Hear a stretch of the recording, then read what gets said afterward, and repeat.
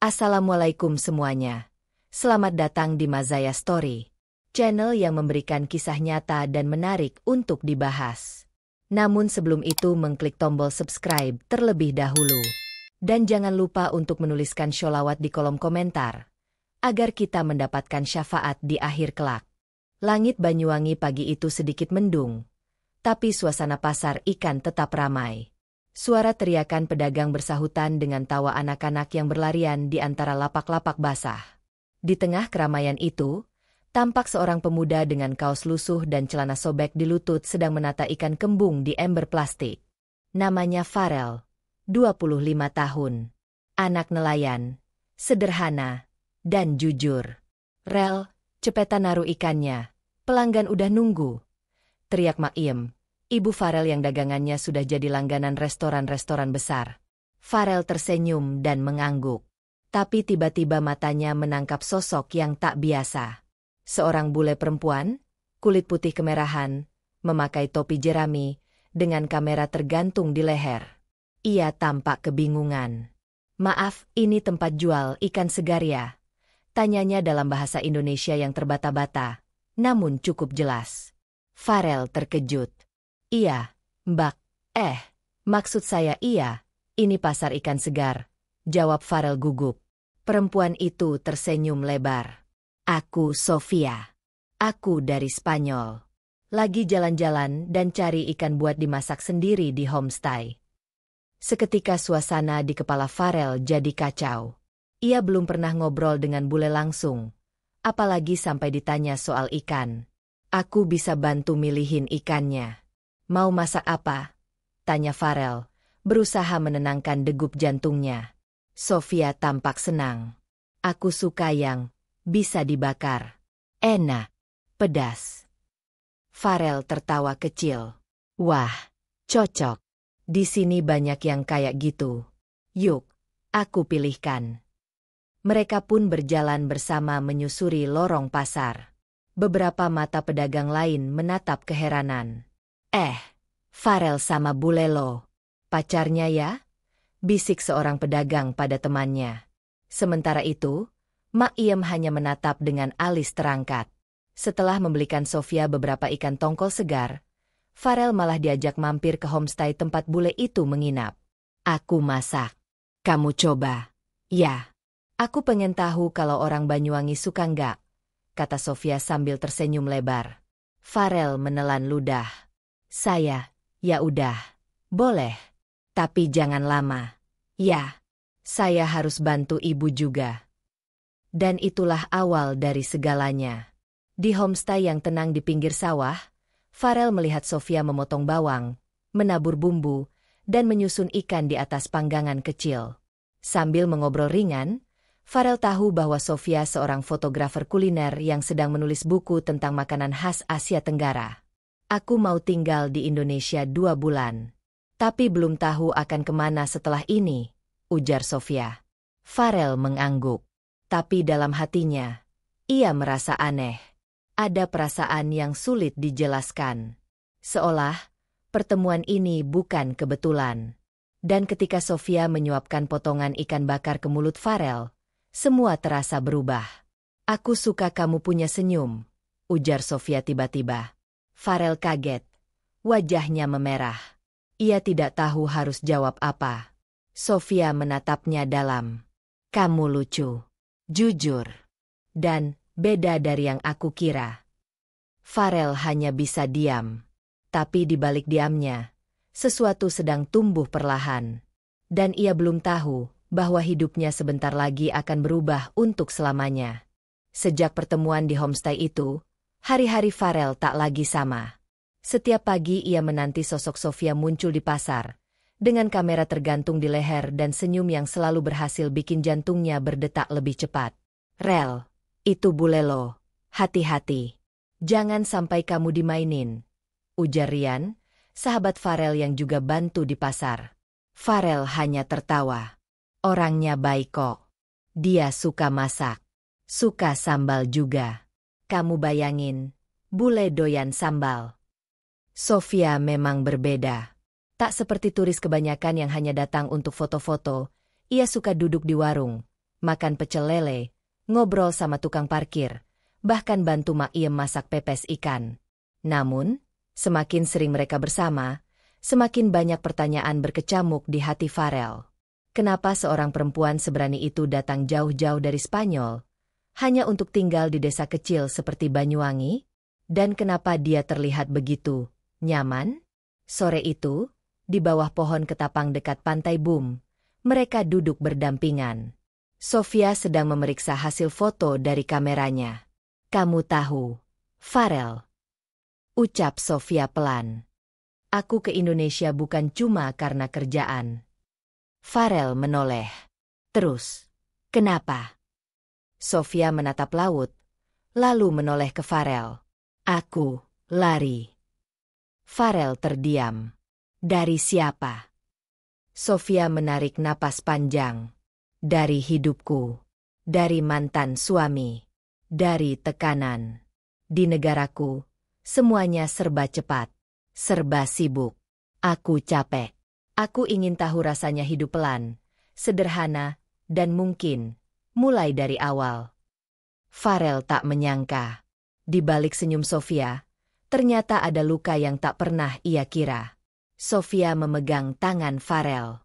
"Kamu orang pertama yang membuat aku merasa aman." "Dek." Farel menelan ludah. Rasanya dada seperti ditekan dari dalam. Ia tak pernah diperlakukan seperti ini. Tidak pernah diberi perhatian seperti itu. Tapi sebelum Farel sempat bicara, suara teriakan anak-anak dari kejauhan memecah suasana. Mereka pun berdiri, berjalan pelan-pelan kembali ke homestay. Di malam itu, saat Farel pulang ke rumah, Mak Iem sudah menunggu di dapur. "Kamu dari mana aja, Le?" tanyanya. "Baru dari pantai, Mak, sama Sofia." Mak Iem menatapnya tajam. "Kamu jangan main hati. Dia bule. Belum tentu serius." Farel mengangguk pelan. Tapi hatinya justru semakin yakin. Malam itu, sebelum tidur, Farel membuka akun Instagram yang baru ia buat gara-gara Sofia. Di sana, ada foto dirinya sedang tertawa dengan latar belakang laut, diambil candid oleh Sofia. Captionnya singkat tapi menohok. "Sometimes, the soul finds home in unexpected places." Dan lebih mengejutkan lagi, kolom komentar dipenuhi orang-orang dari luar negeri yang penasaran dengan lelaki sederhana dari Indonesia ini. Hati Farel mulai tak tenang. Siapa sebenarnya Sofia? Apa dia benar-benar tulus? Atau ada sesuatu yang belum ia ceritakan? Hujan turun pelan sore itu. Desa Gelagah yang biasanya panas mendadak sejuk. Langit kelabu, aroma tanah basah menyebar, dan suara gemericik hujan membaur dengan suara ayam di kejauhan. Farel berdiri di beranda homestay, mengenakan kemeja flanel dan celana jeans. Tangannya dingin, tapi bukan karena cuaca. Ia menunggu.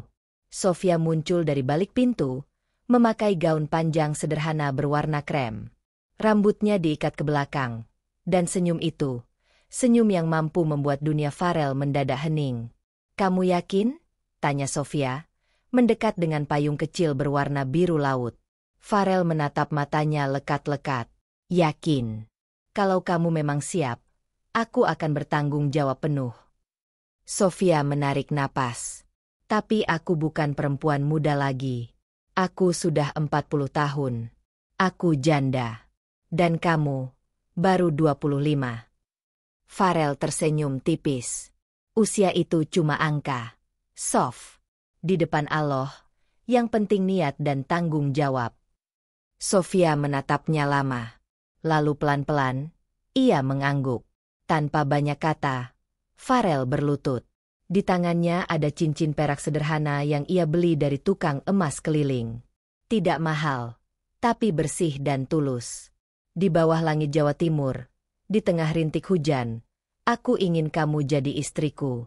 Nggak harus mewah, nggak harus megah. Tapi aku janji, kamu akan merasa dicintai setiap hari. Sofia memejamkan mata sejenak. Ketika ia membuka mata, ada air bening yang mengalir pelan di pipinya. "Ya, Farel, aku mau." Mereka berpelukan dalam keheningan. Payung biru kecil itu jadi saksi satu keputusan besar yang mengubah hidup mereka berdua.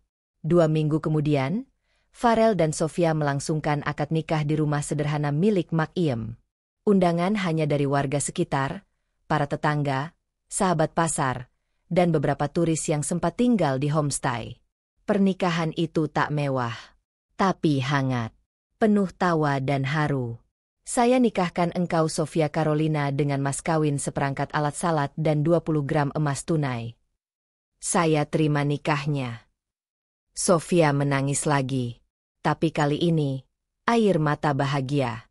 Namun, malam harinya, saat semua tamu pulang dan suasana rumah sunyi, Farel memandangi Sofia yang sedang duduk di ranjang mengenakan baju tidur putih sederhana. Capek?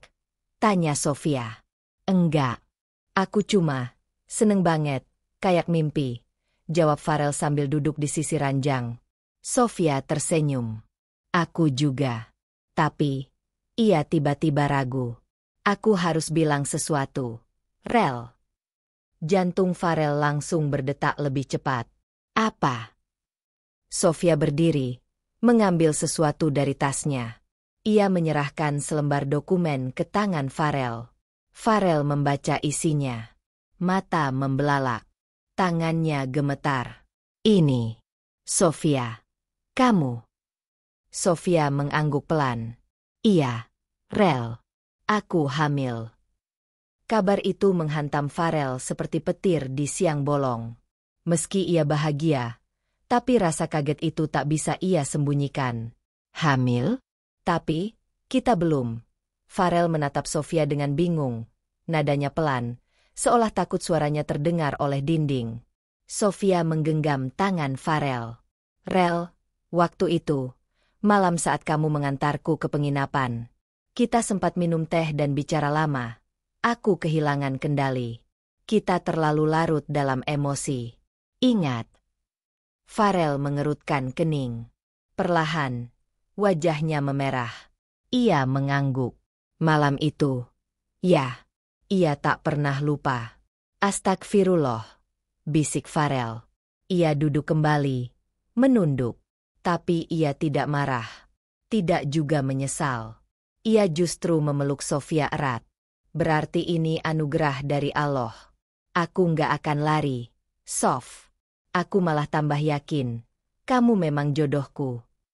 Sofia tersenyum, lalu memeluk balik suaminya. Keesokan harinya, kabar kehamilan Sofia menyebar cepat seperti api membakar dedaunan kering. Di warung kopi depan masjid, para lelaki tua sudah bergosip. Walah, bule Spanyol itu katanya udah isi duluan, ujar Pak Darto. Lah iya, kok cepet banget, wong baru nikah kemarin, timpal yang lain. Jangan-jangan, sebelum akad udah, loh? Gumam Pak Slamet, alisnya terangkat tinggi. Di sisi lain, para ibu-ibu juga tak kalah heboh. Iem, bener itu bule udah hamil? Tanya Butari sambil mengiris bawang. Iya, tapi Farel tanggung jawab kok. Lagian Sofia orangnya sopan, nggak neko-neko. Jawab Iem tenang. Tetep aja, bule hamil duluan, terus nikah. Wis, desaku iki makin viral tok. Namun, ada juga yang membela. Salah satunya Pak Lurah, saat memberi sambutan di pengajian kampung. Kita ini hidup bertetangga. Jangan gampang suudzon. Kalau memang sudah dinikahi dan Farel tanggung jawab, mari kita dukung. Bule atau bukan, yang penting keluarga mereka rukun dan bisa jadi contoh yang baik. Farel yang mendengar ucapan itu dari belakang, meneteskan air mata. Ia mencium tangan Pak Lurah seusai pengajian. Terima kasih, Pak. Saya janji jaga dia, jaga anak kami. Pak Lurah menepuk bahu Farel. Kamu pemuda berani. Dan itu langkah sekarang. Namun, saat malam tiba dan semua kembali ke rutinitas, Farel menemani Sofia yang mulai sering muntah-muntah. Ia menyeduhkan jahe hangat, memijat kaki Sofia, dan mencuci piring tanpa disuruh. Nggak nyangka, kamu bisa jadi suami siaga begini, ucap Sofia lirih sambil tersenyum meski wajahnya pucat. Farel mengusap keningnya. Ini tanggung jawabku. Dan aku bangga bisa jagain kamu. Tapi saat mereka tidur malam itu, ada ketukan di pintu. Tok, tok, tok. Farel bangkit. Membuka pintu perlahan. Ternyata Pak Tono, tetangga depan rumah, berdiri di sana dengan wajah serius. Rel, maaf. Aku harus ngomong langsung. Ini penting. Tentang Sofia. Farel meneguk ludah. Ada apa, Pak? Pak Tono menunduk sebentar. Lalu menatap Farel dalam-dalam. Kamu belum tahu ya? Sebenarnya Sofia itu. Farel menahan napas. Pikirannya langsung liar. Ia mencoba tetap tenang. Tapi jantungnya berdetak makin cepat. Sebenarnya Sofia itu apa, Pak? Tanyanya, setengah berbisik. Pak Tono terlihat ragu. Ia melirik ke dalam rumah, memastikan tak ada yang mendengarkan selain Farel. Saya dapat kabar dari kawan saya yang kerja di kantor imigrasi. Katanya, Sofia masuk ke Indonesia dengan visa wisata. Tapi, dia sempat kena masalah administratif. Hampir ditolak waktu mau masuk bandara. Farel tertegun. Masalah? Masalah apa maksudnya? Pak Tono menurunkan suaranya lebih pelan. Ada indikasi surat sponsornya palsu. Tapi entah kenapa, tetap lolos juga. Ini bisa bahaya. Rel, kalau sampai kantor imigrasi curiga, dia bisa dideportasi. Dunia Farel seperti runtuh dalam sekejap. Pak, saya nggak tahu soal ini. Tapi saya yakin Sofia nggak berniat buruk. Pak Tono mengangguk. Saya percaya kamu, Rel. Tapi kamu harus cari tahu langsung ke dia. Sebelum semuanya telanjur. Malam itu, Farel duduk di depan Sofia yang sedang mengelus perutnya yang belum terlalu tampak. Sorot matanya hangat, tapi bibirnya tegang. Sofia, aku mau nanya sesuatu yang penting. Tolong jujur ya.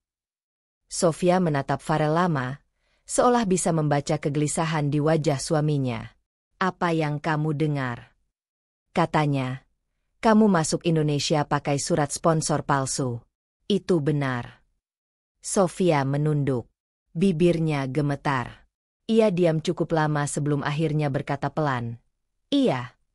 Farel terdiam. Tak ada emosi meledak. Hanya hening. Sofia melanjutkan. Aku terpaksa. Rel. Aku takut visaku ditolak. Aku sudah mengatur semuanya dari Madrid. Tapi di tengah jalan, orang yang bantu aku malah memberikan dokumen palsu. Aku baru tahu saat sudah di pesawat. Waktu itu, aku nggak punya pilihan lain selain lanjut. Farel menarik napas panjang, lalu berdiri dan berjalan ke jendela. Hujan mulai turun tipis di luar sana. Kamu tahu ini bisa berakibat serius, kan? Kalau kamu dideportasi. Aku tahu. Sofia menyela. Matanya mulai berkaca-kaca. Tapi aku juga tahu satu hal. Aku hamil, dan aku mencintai kamu, Farel. Suara Sofia pecah. Air mata turun dari pipinya. Aku nggak punya siapa-siapa lagi. Keluargaku di Spanyol sudah menolak aku sejak aku bilang mau menikah dengan lelaki kampung dari Indonesia. Aku kehilangan segalanya. Tapi aku nggak menyesal. Karena kamu rumahku sekarang. Farel perlahan menghampiri, meraih wajah Sofia dan menghapus air matanya. Aku nggak akan biarkan siapapun ambil kamu dari aku. Apapun yang terjadi, aku akan berjuang. Keesokan paginya, Farel datang ke kantor imigrasi kabupaten bersama Sofia. Mereka duduk menunggu dengan gelisah. Staf di balik meja tampak membuka dokumen-dokumen dari komputer. Setelah hampir setengah jam, seorang petugas bernama Pak Rudi keluar dan memanggil mereka. Mas Farel, Bu Sofia, kami sudah periksa datanya. Memang ada ketidaksesuaian. Tapi, kami juga melihat sudah ada surat nikah resmi yang terdaftar dari KUA. Sofia menunduk, tangan Farel mengepal. Kami akan bantu proses pengurusan perubahan status visa menjadi visa pasangan WNI. Tapi ada syarat. Sofia tidak boleh keluar dari wilayah Jawa Timur selama masa pemeriksaan. Dan kalian harus lapor rutin ke sini tiap minggu. Farel berdiri dan membungkuk. Kami akan patuh. Terima kasih, Pak. Sofia hanya bisa memeluk lengan Farel dengan erat saat mereka keluar dari ruangan. Napas lega, tapi belum benar-benar tuntas. Namun saat mereka sampai di depan kantor imigrasi, seorang pria asing berdiri menunggu. Rambutnya coklat tua, berkacamata hitam, jas rapi. Begitu melihat Sofia, pria itu langsung melangkah cepat. Sofia, serunya dengan aksen Spanyol yang kental. Farel menghentikan langkah. Sofia menatap pria itu, dan wajahnya seketika pucat.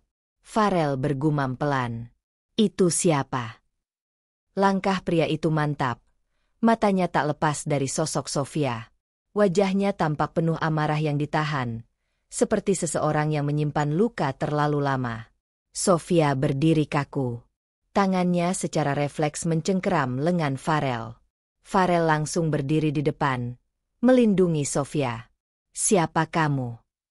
Pria itu berhenti sekitar 2 meter di hadapan mereka. Ia melepas kacamata hitamnya perlahan. Matanya tajam. Sorotnya seperti menyayat. Nama saya Javier. Saya, suami sah Sofia di Spanyol. Ucapan itu seperti petir di siang bolong. Farel mematung. Jantungnya seperti berhenti berdetak. Ah, apa maksud kamu? Suara Farel nyaris bergetar. Sofia langsung maju setengah langkah. Bukan. Javier bukan suamiku. Kami sudah bercerai 2 tahun lalu. Aku punya suratnya. Javier mencibir. Surat cerainya belum diproses penuh di Madrid. Dan kau tahu, Sofia, meninggalkan negara tanpa izin pengadilan setelah proses hukum seperti itu melanggar hukum. Farel memegang kepala. Semuanya seperti berputar. Kamu bilang, kamu sudah bebas sepenuhnya, Sofia. Lirihnya, nyaris tak terdengar. Aku pikir sudah. Aku sudah tanda tangan semua dokumen. Aku tidak tahu kalau Javier menyabotase prosesnya.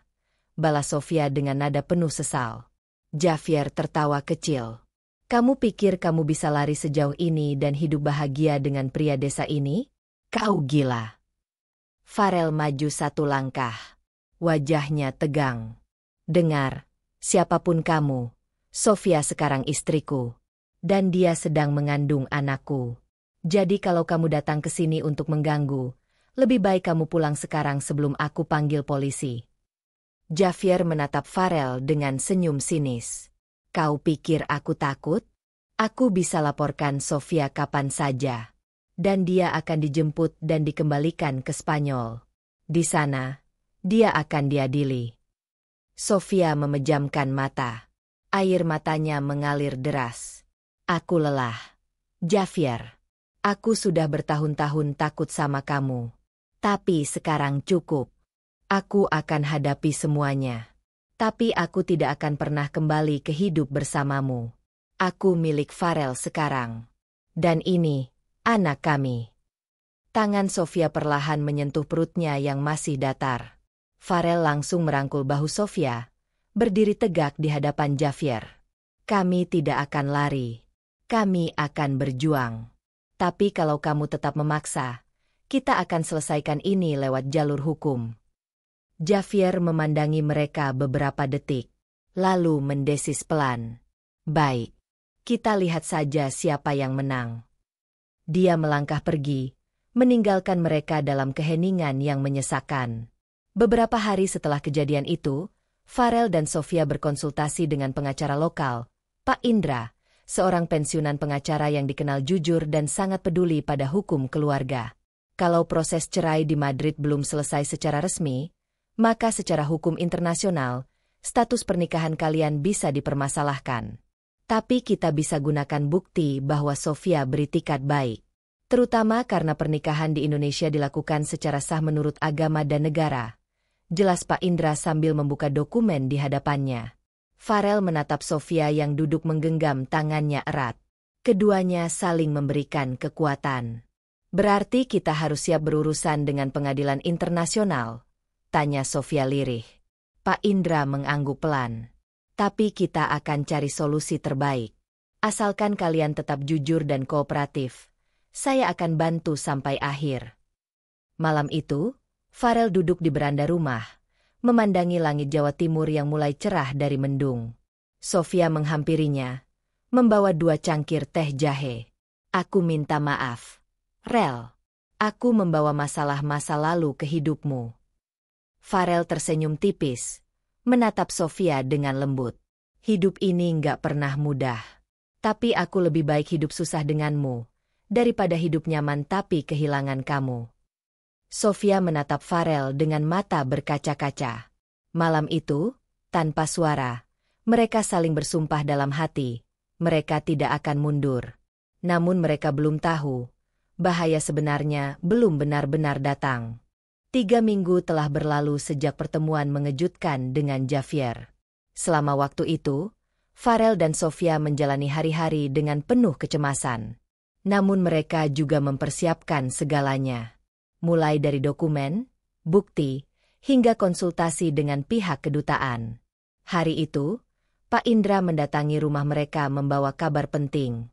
Surat dari kedutaan Spanyol sudah keluar. Mereka mengakui bahwa kasus cerai Sofia memang belum sepenuhnya tuntas karena ada manipulasi dari pihak Javier. Tapi, Pak Indra menatap mereka serius. Karena Sofia telah menikah secara sah dan Javier terbukti pernah melakukan kekerasan, kalian punya peluang besar untuk menang. Sofia terisak pelan. Ia langsung memeluk Farel erat. Alhamdulillah. Maksudku, makasih ya, Pak. Sekarang kita siapkan pernyataan tertulis dan video kesaksian. Kalau kalian kuat dan kompak, tidak ada yang bisa merobohkan rumah tangga ini, ucap Pak Indra. Hari demi hari berlalu. Dukungan dari warga desa terus mengalir. Bahkan, Pak Lurah menawarkan bantuan pengawalan ketika Javier mulai menyebarkan ancaman lewat pesan singkat. Namun suatu malam, Farel menerima pesan yang berbeda. Aku tidak akan berhenti sebelum kau kehilangan segalanya. Farel hanya menghela napas. Ia memandang Sofia yang tertidur di ranjang. Tangannya memeluk perut kecilnya dengan damai. Pagi harinya, Javier nekat datang ke balai desa.